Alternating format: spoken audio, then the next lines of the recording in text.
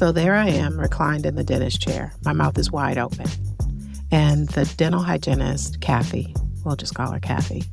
Kathy is ranting about how miserable menopause is making her. I have hot flashes all the time and they last forever, she says. And at that point, I was still pretty green with this whole perimenopausal thing. I'd only been having hot flashes for about a year, and I had never had one that lasted for longer than 30 seconds. But that wasn't the first or the last time I heard a woman complain about this rite of passage. When I was 25, I thought 50 was old. And when I was 40, I still thought it was so far away. But now that I am 50 plus, I have completely changed my mind. It's not old, it came fast, and I love it here, which is unexpected. My first official flush happened in 2018, and I was a few months shy of 45. I can still remember it like it was yesterday. I was sitting on the sofa, and all of a sudden, this heat erupted in my chest, and it fanned out over my entire body, but mostly my face and neck. And I immediately knew what was happening. Now, I don't want to diminish anybody's experience. For some people, perimenopause and menopause is genuinely awful. But what I will say is this: perception matters big time. It took me about 2 months to recognize that my hot flashes were almost always preceded by an uncomfortable or an unpleasant thought. And that's still true today. But you know what? One thing that I love about having a flush is it keeps me rooted in the present. When my body is warming up from the inside out, I can only be here now.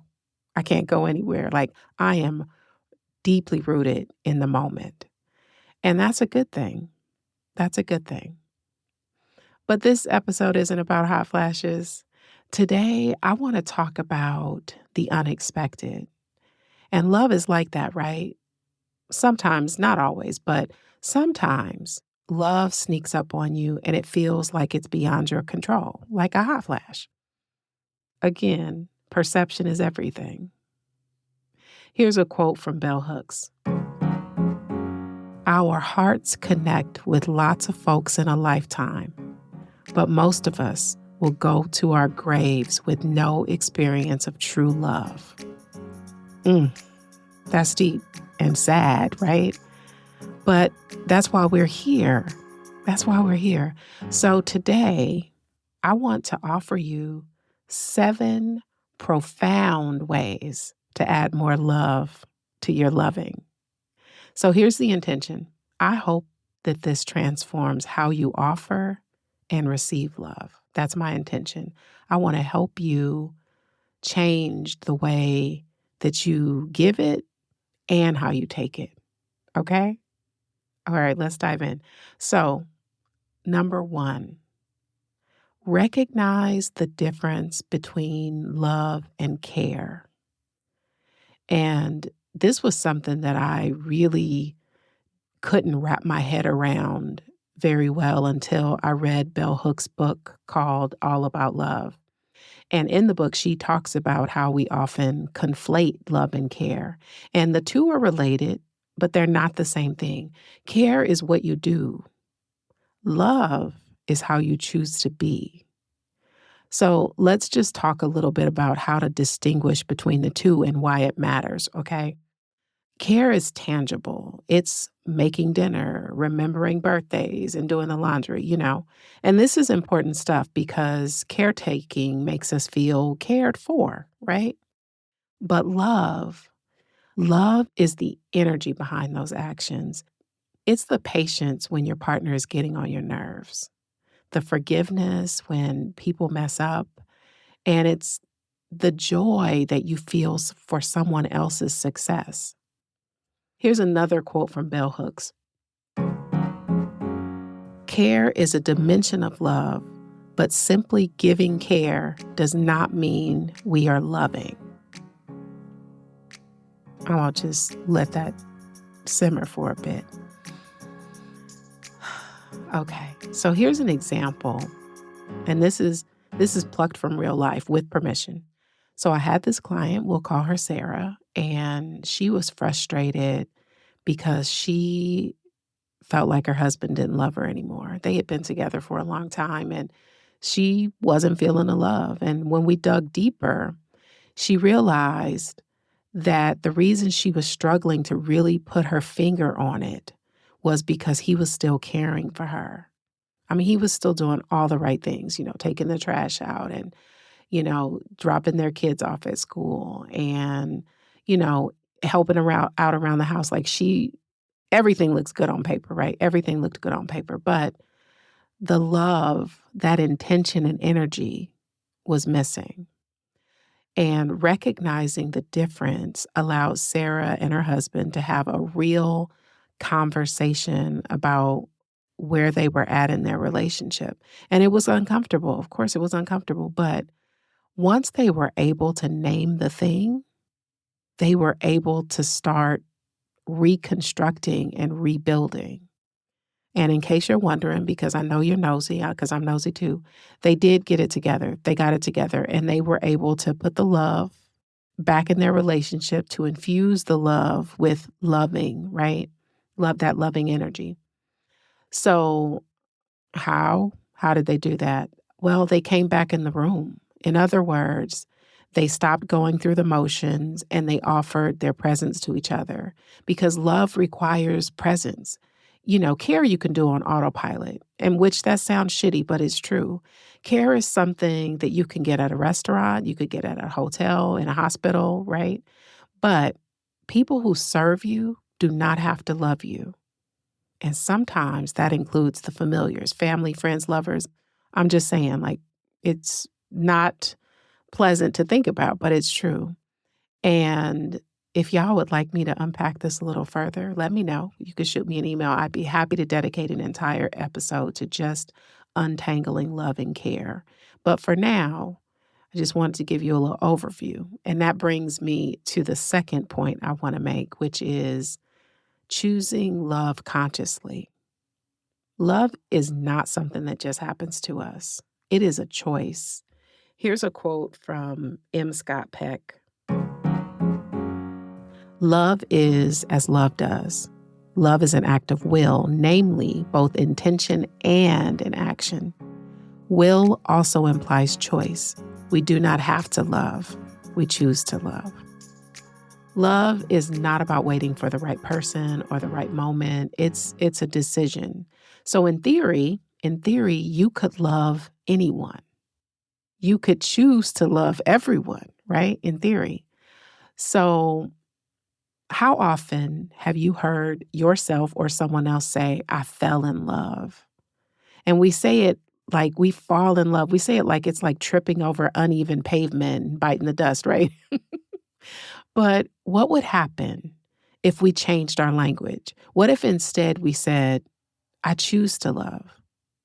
How would that change how you show up? Because there's power in choice, right?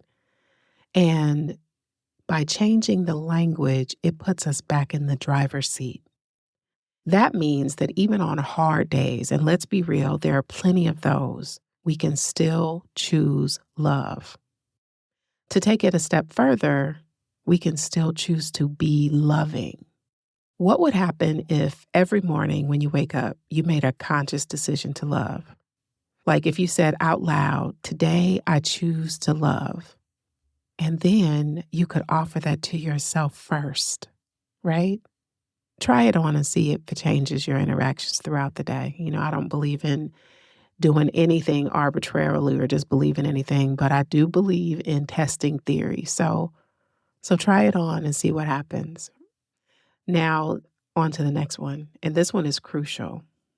Loving yourself after heartbreak. We have all been there. I know I have, nursing a broken heart and feeling like you're just never going to love again. Or even worse, you're never going to be loved again. And that's when we need to pour love into ourselves the most. And let me just say that In midlife, heartbreak hits different, right? And maybe it's because sometimes it feels like we're working against the clock. Or maybe it's just because, by the time you get to this big old age, we are just so convinced that we should have this relationship stuff all figured out. There is no such thing as having it all figured out, by the way. But, anyways, it's never too late to take exceptional care of yourself. Let me share a story with you about a friend of mine.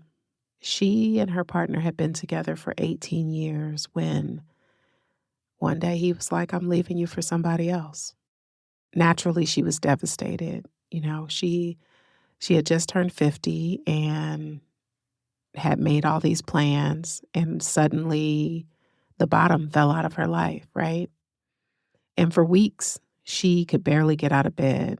She kept saying, I'm too old for this shit. Who's going to want me now? Like, that's where she went, right? And it broke my heart to see her like that. And the best advice I could offer her was, you know, two things. It's not going to always feel like this. And the second thing was, if you want to feel loved, love yourself, right? She thought that advice was shitty at first. She did not want to hear that.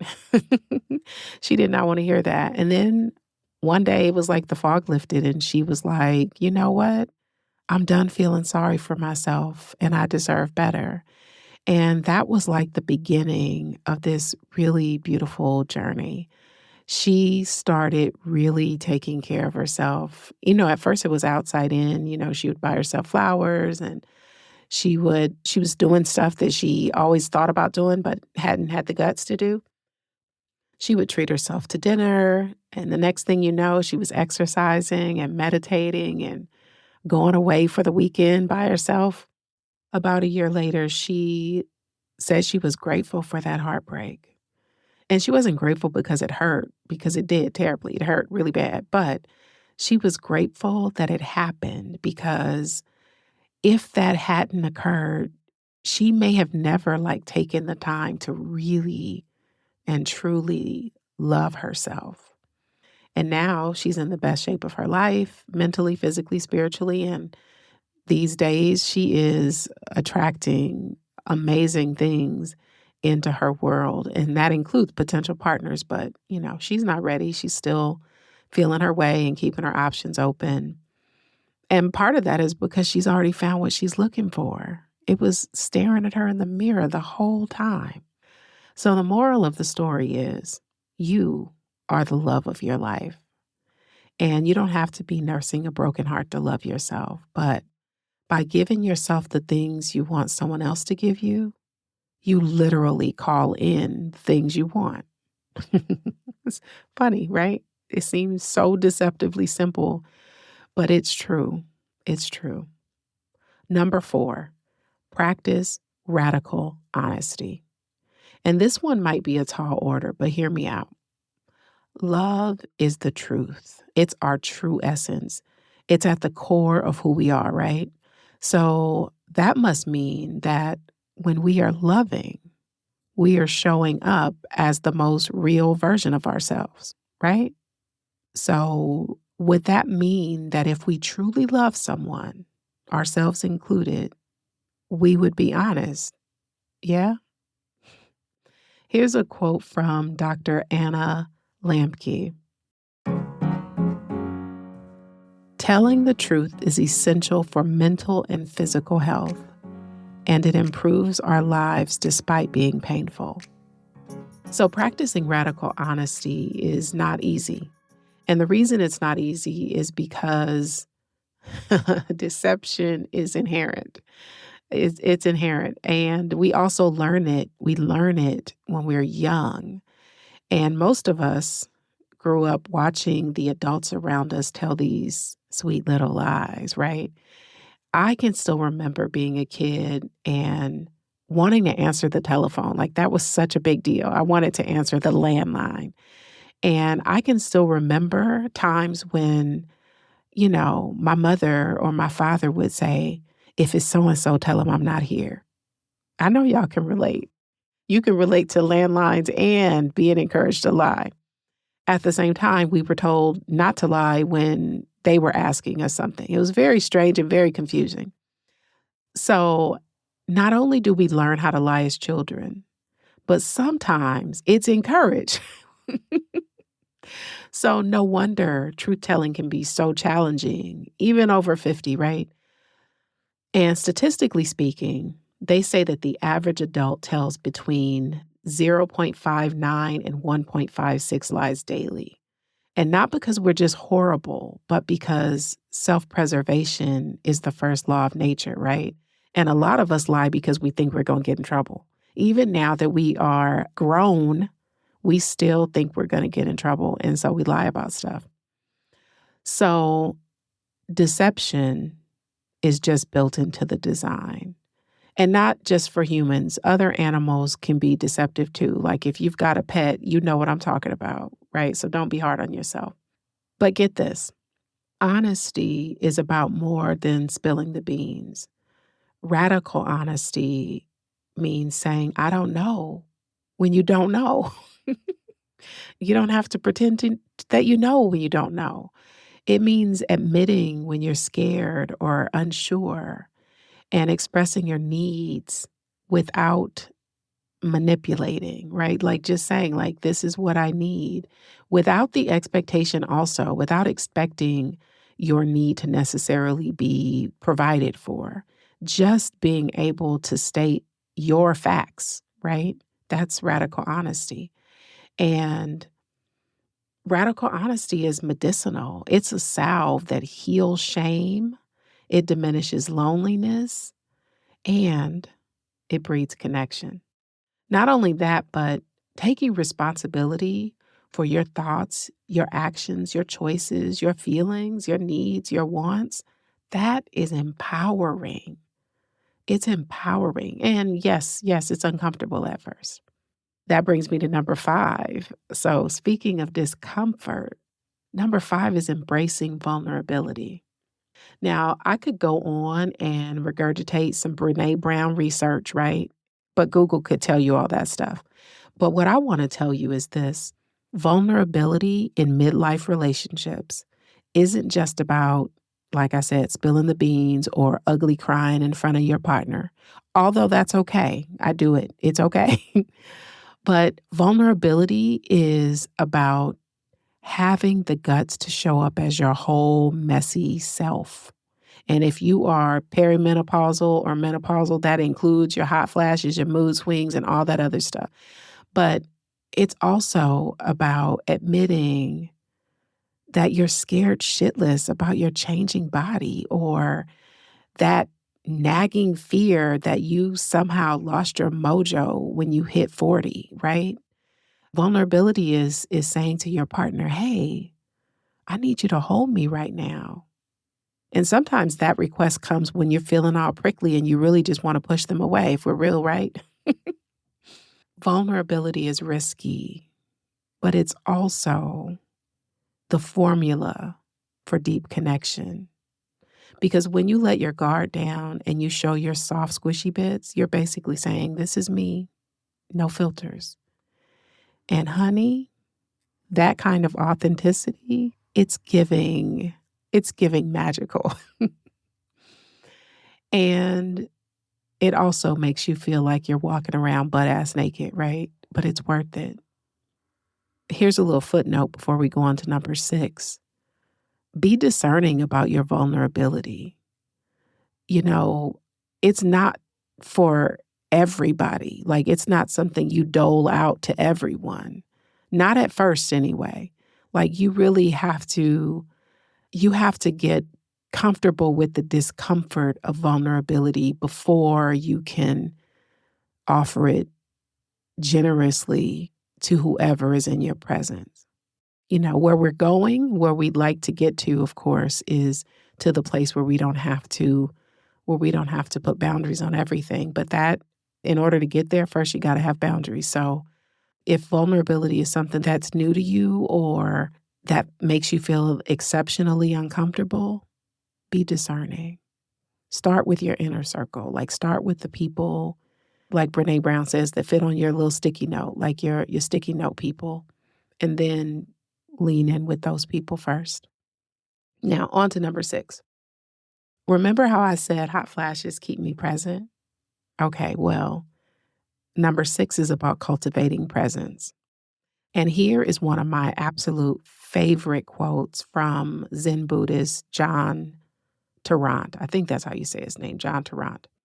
He says, "Attention is the most basic form of love. Through it, we bless it and are blessed." Attention is the most basic form of love. The reason that's so poignant right now is because we live in a time where attention is the most valuable currency you have. It's more valuable than your time, it's more valuable than your money, and it's so easy to get caught up in the minutia. On top of the BS, you've got responsibilities, you've got work, family, friend commitments, right? And that means that what you lend your attention to matters. Who you offer your attention to also matters. And presence is a key element to loving. I'm talking about putting your phone down when your partner is talking to you. Eye contact, listening to understand. And I get it. Again, we're all juggling a million things, like more than ever, right? Your inbox is probably screaming at you right now, right? In your to-do list, we ain't even gonna get started on that. And yeah, but here's the thing. The most important person in the world is the person right in front of you. And whether that's your partner, your kid, or the lady scanning your groceries, whoever you are with, be with them. I'm talking full on, no distractions, presence. It's like giving a 5-star Michelin experience of your attention to the people who are in your orbit. And trust me, it is a game changer. Remember that time when your bestie was going through a rough patch and you just sat there and listened and passed the tissues? That's the kind of presence I'm talking about bringing to your relationships regularly. So when your partner is telling you about their day, put down the remote. When your neighbor is excited about something, match their energy. Hell, look, even if your dearest friend gets into bird watching, grab some binoculars and join them. You might not love it, but just being there, like fully present, not time traveling, not wishing you were somewhere else, but really being there in the experience with them, pure gold. Attention is like fertilizer for relationships. It makes people feel seen, heard, like they matter, which that's what we all want. And again, we live in this lightning fast world. Like we are living in the microwave era. Everything is fast, fast, fast. And that means that attention is rare and it'll take some practice because, we all are suffering from mild ADD these days, right? Because we're being pulled in so many different directions. So sometimes you will rather scroll through Instagram or binge your favorite series than lend your attention to somebody. And that's okay. You can be real about that. It's okay to say, like, you know what, I really want to listen to you, but right now, I am not in the space to give you my full attention. Can we circle back to this? Like, that's a level of presence. So it's okay to say you don't have it right now, but make sure that when you do have it, that you give it. Now, this last point is a biggie. To put more loving in your love, you have to let go of expectations, right? I told you it was a biggie. One of the things that I have come to know about living and loving and relationshiping is most of the disappointments that I have experienced have been the result of my own unrealistic expectations. I mean, we expect our partners to be mind readers, therapists, personal chefs, the person who goes with us to Target and Walmart. Like, we want them to be everything all rolled into one person, which is a really tall order and unrealistic, but we still expect that. We think that the people in our lives should fit into these neat little boxes that we've created in our minds. And we expect our friends to drop everything when we need them. We expect people to do what we want to do, act how we want them to act, and think how we think. But here's the thing. People are not characters in the movie of our lives. They are the stars of their own shows with their own scripts, their own baggage, and their own messy storylines.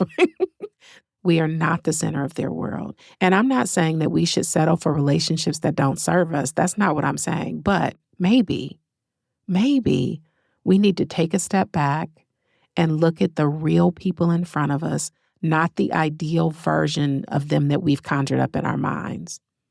Do you remember back in the day when you thought your elementary school best friend would be in your life forever, right? Or you thought the person you married would never change. You thought they would just be the same person for the duration of your life. Right? Yeah, I thought that too.